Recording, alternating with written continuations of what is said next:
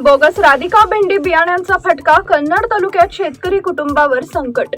छत्रपती संभाजीनगर जिल्ह्यातील कन्नड तालुक्यातील चिंचखेडा बुद्रुक इथं बोगस बियाण्यांमुळे एक गरीब शेतकरी कुटुंबाचं मोठं आर्थिक नुकसान झाल्याची धक्कादायक घटना समोर आली आहे। लहान वयात वडिलांचं छत्र हरवलेल्या मुलानं शेतीच्या आधारावर कुटुंब उभे करण्याचा प्रयत्न केला। मोठ्या अपेक्षेनं त्यानं एका एकरात राधिका भेंडीची लागवड केली होती। ही बियाणं कन्नड येथील चेतन शेती साहित्य दुकानातून नामांकित ॲडव्हान्टा कंपनीची असल्याचं सांगून खरेदी करण्यात आली। शेतकऱ्यानं सुमारे 45 दिवस खत, औषध, फवारणी आणि मजुरीवर मोठा खर्च केला, मात्र पिकांची योग्य वाढ झाली नाही आणि अखेर संपूर्ण पीक नष्ट झालं। या प्रकारामुळे शेतकरी कुटुंबावर आर्थिक संकट कोसळलं असून कर्जाचा बोजा वाढलाय। कृषी विभागानं पंचनामा केला असला तरी संबंधित कंपनीवर अद्याप ठोस कारवाई करण्यात आलेली नाहीये। संतप्त शेतकऱ्यांनी बोगस बियाणे विक्री करणाऱ्यांवर गुन्हा दाखल करून कठोर कारवाई करण्याची मागणी केलेली आहे। तसेच पीडित कुटुंबाला तात्काळ आर्थिक मदत देऊन अशा प्रकारांना आळा घालावा अशी मागणी जोर धरते। टाइम्स ऑफ महाराष्ट्रसाठी छत्रपती संभाजीनगर कन्नड तालुका प्रतिनिधी संतोष खाजेकर यांचा रिपोर्ट। साईनाथ रमेश काळे, माझा जिल्हा छत्रपती संभाजीनगर, तालुका कन्नड। मी चिंचखेडा बुद्रुक इथला एक गरीब कुटुंबातील शेतकरी आहे। सर, मी राधिका नावाची ॲडव्हान्टा कंपनीची भेंडी लावली होती सर। 22-25 गुंठ्यामध्ये माझं रान आहे सर। मी ती भेंडी लावली होती सर। तिला लावून आता 45 दिवस झाले सर। तिची कुठली ग्रोथ असून ते बियाणं बोगस निघलेलं आहे। कंपनीद्वारून ते बियाणं बोगस आलेलं आहे माझ्यापर्यंत। माझा पूर्ण जो प्लॉट आहे सर तो पूर्ण खराब झालेला आहे। माझी एक कळकळीची विनंती की कंपनीने माझ्या वावरात येऊन माझी भेंडी बघावी आणि मला माझी नुकसान भरपाई करून द्यावी।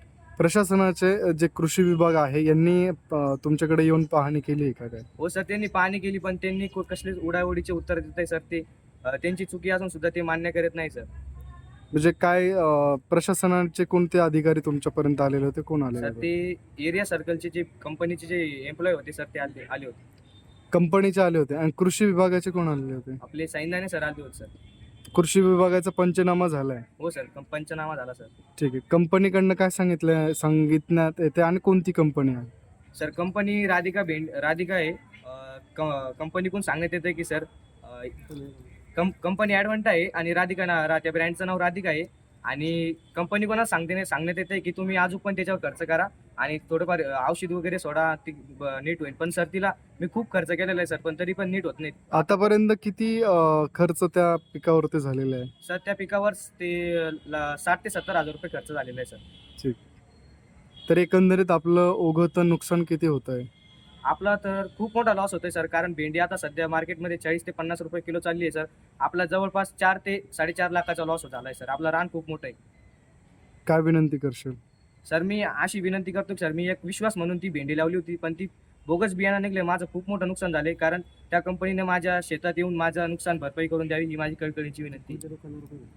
मी हे बोगस बियाणं मी आपलं कन्नडमध्ये चेतन शेती साहित्य म्हणून या दुकानातून खरेदी केलेले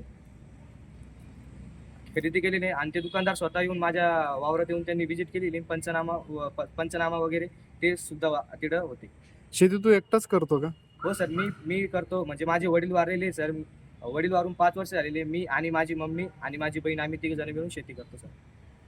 ठीक, ओके।